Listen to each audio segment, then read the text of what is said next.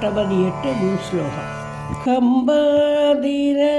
प्रजुर रुचिरो ज्ञान विद्योदमान श्री माहन्दद्रुम परिसरं माधवी क्लिप्तचाला अध्यासीनं रगसि विरगश्रान्तमश्रान्तकेळी वाशं गौरी प्रियसकचरे प्रागचन्द्रावदंसग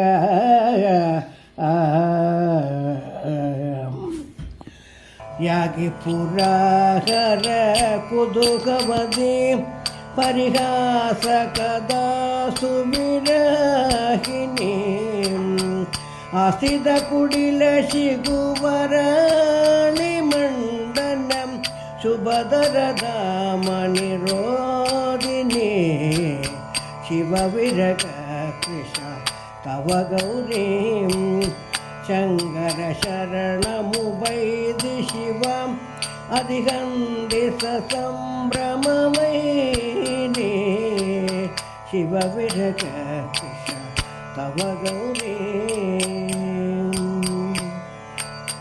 कुसुमचयनमुपगम्य सपदि मदनचरविशरपरिदूनं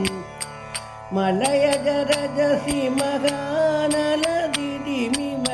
कलयदि मदिम् अधिदीना शिवविरग कृष्ण तव गौरीं उरळिरुचिरमणिहारलदा गदबलबिदुबलददिनीलं मञ्जुवसनगृहपञ्जरसुगपरि भाषणपरिगृदलीला शिवविरग कृष्ण तव गौरीं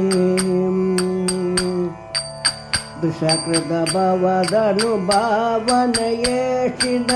भवति विहित परिवादं सपदि विहित विरहानुकमादनु संवृत हृदय विषाद शिवविरग कृष्ण तव गौरीं बालकरिण परिलीडपद सदनादर विगत विनोदम् उन्मदपद पृतवृदा कर्णन कर्णशल्यकृतपाद शिवविरग कृष्ण तव गौरीं कोकमिथुन बगि केळि विलोकन दृम्बित मदन विहारं शङ्कर हिमकर शेखर बालय मामिति वदनि दधीर शिवविरग कृष्ण तव गौरीं दूषितमृगमदरुचिरविशेषनिडिल पशितकृतदेहम् अदनुदनुज्वरकारिदया परिवर्जितचन्द्रमयूः शिवविरग कृष्ण तव गौरीं श्रीशिवचरणनिषेवणचन्द्र शिखामणियदिवर्गीतं श्रीगिरिजाविरहक्रमवर्णनम् उदयदु विनयसमेदं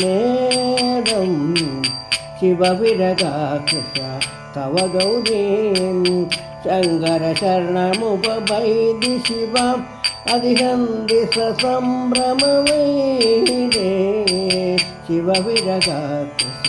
तव गौरीं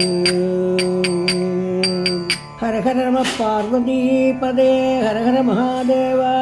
श्री चंद्रशेखरेंद्र सद्गुरु महाराज की जय।